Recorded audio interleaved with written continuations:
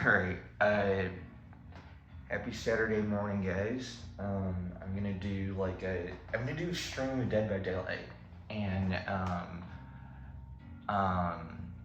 I know a lot of people probably aren't familiar with what this is. It's basically like an online game of kind of like hide and seek, where one person is playing the killer, and you have four people playing the survivor role, which is what I currently am. And you can see that there are a lot of survivors to choose from, and they don't actually have any like different abilities. It's kind of complicated, but basically they're all the same. And then the killer, they all have like special powers, but their job is basically to find you. And the way they find you is they know where the power generators are. And so on a map, there are 7 power generators that you basically have to find yourself as a survivor, and then turn them on one by one. And once you turn on 5, then the exit gates are unlocked, and then you can run to the exit gates and escape. But the killer obviously can find you, chase you, and then basically there are 2 hits. So the first hit, you're injured, and the second hit, you go down. And then once you're down, what the killer has to do is basically transport you to a hook, where then you have an opportunity to be saved by a teammate. But basically the way the hook works is after you've been hooked 2 times, then the 3rd time you're hooked, you're automatically out of the game. So it's kind of like 2 shots, and then that kind of changes, because if like basically nobody saves you when you're on the hook for the first like I think minute, then even if you're unhooked during the second phase, there are 2 stages. Even if you're unhooked during the second stage, you'll still be out of the game. If that makes sense. So anyway, so it's basically like a hide and seek plus tag like game, and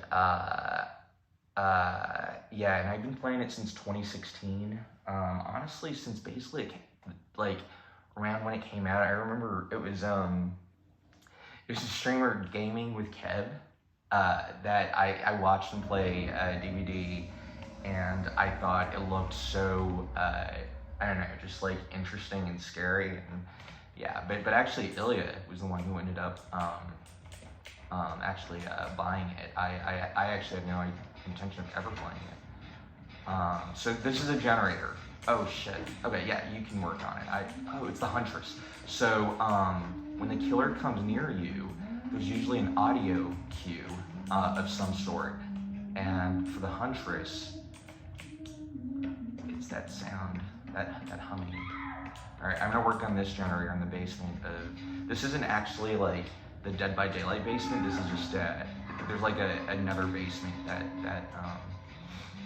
why are 2 people down right now? I don't even understand what's going on. Why are they both down? All right. So now I have to make a decision. Do I just count on the other girl to go and save while I work on a gen, or should I help? I'm gonna work on a gen because I think this is a 1-person job. I think she can handle this.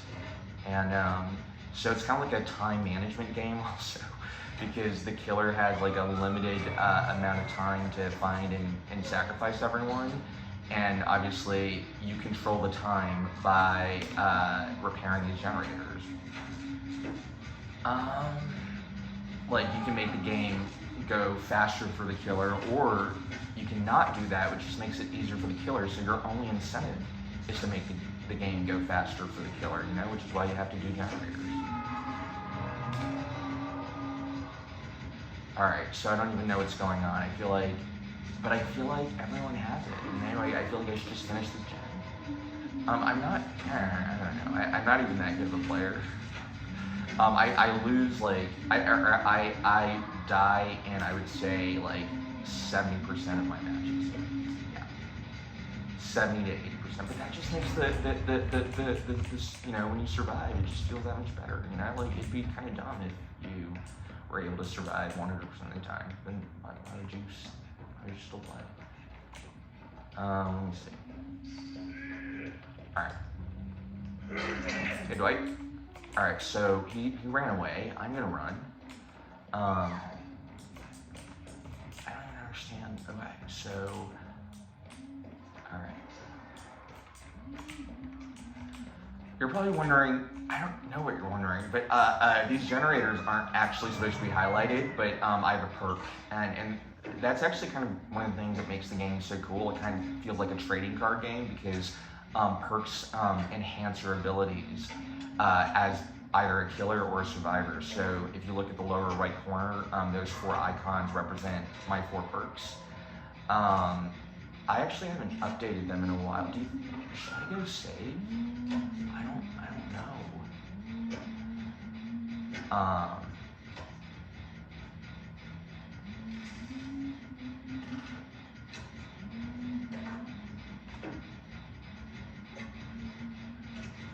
Yeah, she got saved. I didn't need it. Okay, so I usually am just kind of in the background working on gens. That's not even true. I actually feel very irresponsible when I don't, but that's not the Protestant work ethic. That's just the meritocratic work ethic. Where you're always just working on a gen. Except, all right, this isn't. No. So I'm gonna try and. Okay. All right. So now I think that's the huntress, and I think she sees me, so I should just run. Right. I should just run. Okay. So her ability is she throws hatchets, like that. So she's like a range killer. I think she lost me, right? I don't think she's still tracking me, is she? Nope. So now I'm gonna go back to this gen. See, the killer has a lot to do. I don't play killer. I think playing the killer is actually more stressful than playing survival. Like when you're playing the killer, you basically need to be on. Like I can't talk while playing killer, right? But when you're playing survivor, you kind of just zone out. And maybe that's also just because like muscle memory, right? Okay. This is actually a really good game for me because usually by now all right. So let me just dip down here. So one thing you'll notice is that I don't know what's happening right now. Right, Dwight, I saw. Okay, hey, Dwight. So one thing you'll notice about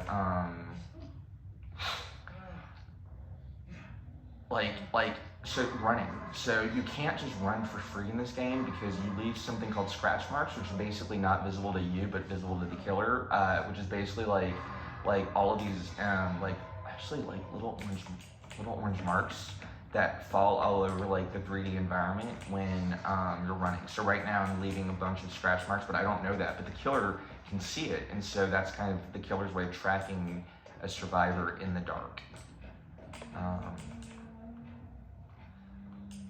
Okay, so 2 gens left. I should pay attention actually, because we could actually win this.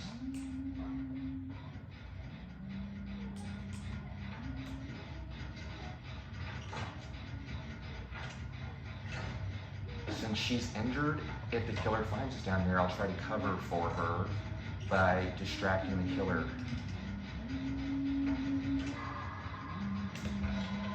Okay, she should run. If I were her, I would just run. I don't know why she's still working. Oh.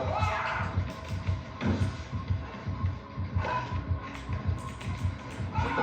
Oh, okay. All right, so that girl gave up. I don't know why.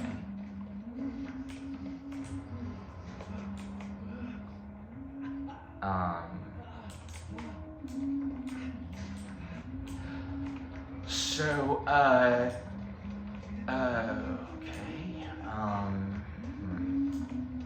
I really want this new perk that I just read about today, where you get to heal yourself in the basement, because usually you're not able to heal yourself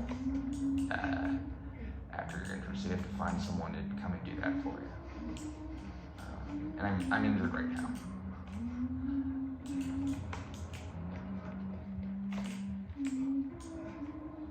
You know, one thing you might notice is he makes these grunting sounds when he's in pain and he's injured, but hisses aren't as loud as the other survivors. Is something that I've noticed. I don't know who else has. All right.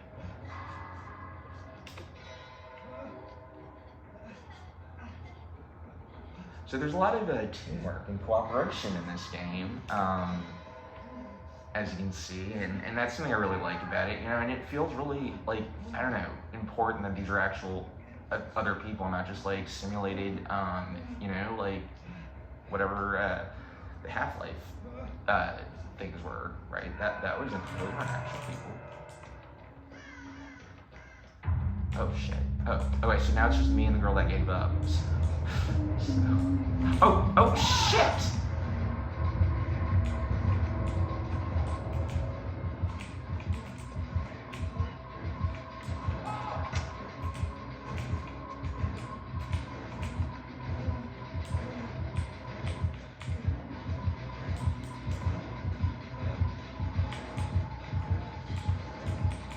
I'm not gonna make it. I'm not gonna make it.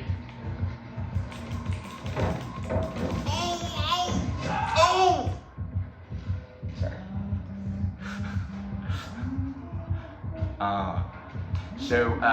So the main way you try and prolong chases and ideally escape chases when the killer gives up are those things called pallets, and they work in a very specific way where you can actually buy yourself some extra time if the killer's close enough to the. I don't know why she doesn't miss that hook. Oh, maybe she understands. I was gonna say maybe she understands that I'm with a teammate that's not doing any work, or sorry, that gave up. But yeah, never mind. Anyway, so I was saying about what was I just talking about? There was something about I don't even remember. Oh, now she's coming. All right, come on.